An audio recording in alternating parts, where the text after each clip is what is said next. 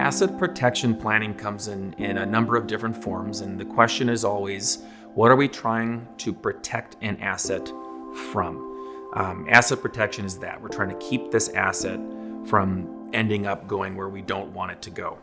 Sometimes that is a tax issue. Sometimes that is a medical assistance or Medicaid issue where we're worried that all of our assets will be used up in a nursing facility and there'll be nothing left to give the kids.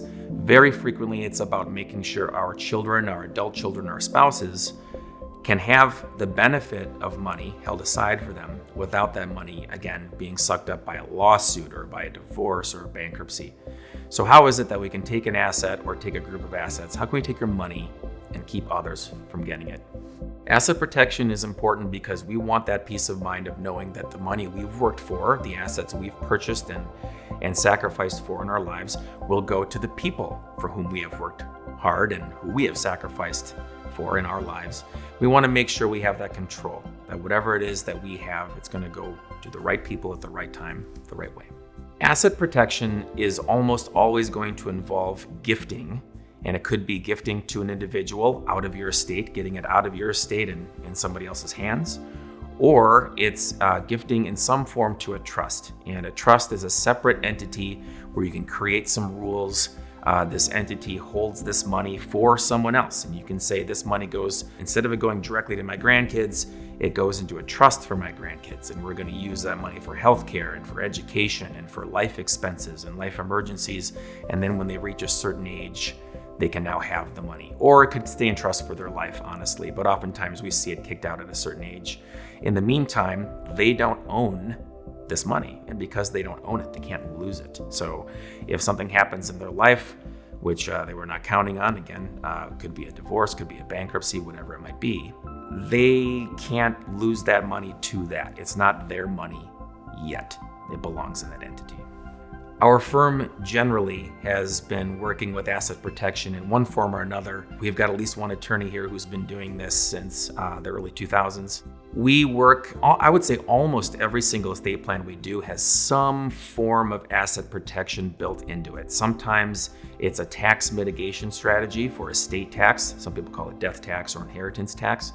Sometimes it is just a contingency if we have minor beneficiaries, young kids or adult kids who just aren't ready to get money yet. We'll put an age requirement on an inheritance. So we'll say, it's not uncommon at all to say, I will give all of my money to my adult kids. If something happens to one of them, it goes to their kids, but they don't get that money until they're 25 or 30 or whatever it might be. Anytime we're working with a young family, we want to make sure we're doing that. We do this in so many of our plans that it's kind of a second nature thing as we're talking through folks during their estate planning meeting. So as far as experience would go, we've done thousands of plans that have some aspect of this involved. Our clients hire our firm to represent them in their estate plan for a number of reasons. I think one of them is, honestly, we've had a lot of people say really good things about us. I believe we do very, very good work, and I believe people have made that known to their friends and family. So that's always the biggest compliment we can get, is when someone sends a family member of theirs to work with us as well. Financial professionals trust us, so we get a lot of financial advisors and accountants who send their clients our way to talk about their estate plan, their will, their trust, whatever it might be. More importantly, I think when someone comes to us without being a referral, they just research us online, I think from the minute they call us to the minute they get their kind of overview phone call with one of our staff, to the point where they're actually meeting with their attorney and spending some time talking about the things that are very important to them, their family, their loved ones, the things that they've been working for.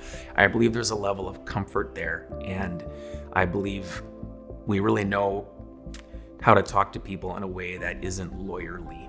I think it's a friendly conversation, and we get a lot done in a very efficient way by working with people where they are. Client communication is one of our values as a firm. The policy within the firm is 8 business hours, but we're much faster than that. We usually try to get back to folks within an hour during weekdays, business hours.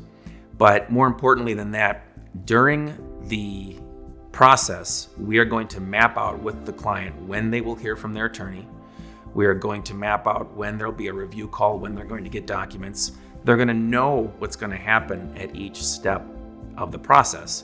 We are a small law firm. We're right on the corner of Minneapolis and Richfield. We're not downtown.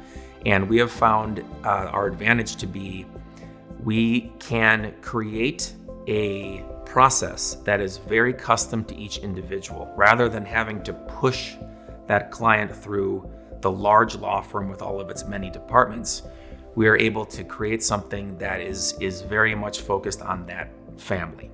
When we're working with any sort of beneficiary of an estate or a client who is looking for asset protection, what you're going to get is that initial planning meeting where we are going to run through some scenarios that work well. It might not be the thing that you want at the beginning. We'll turn it into what you want, but sometimes folks come in and they just haven't had to do this. So what we usually do is give a couple scenarios on things that we have seen operate very, very well. Sometimes these work very well for the client. They didn't even know we could do this, and now we can do it. Sometimes they have some ideas of their own, and we're going to work towards incorporating that into the plan. One of the benefits of working with an attorney, it's not just an answer of, no, we can't do that. Sometimes it's oh, I understand what your goal is. We may not be able to do it that way, but here's another example of something we can do that will accomplish the same thing. So I think what you're going to get when you work with an attorney, particularly one at our office, is you're going to get some ideas on what you can do, how you can do it, and more importantly, you're going to get that in a way that is understandable and something that's actually workable if we ever had to use it.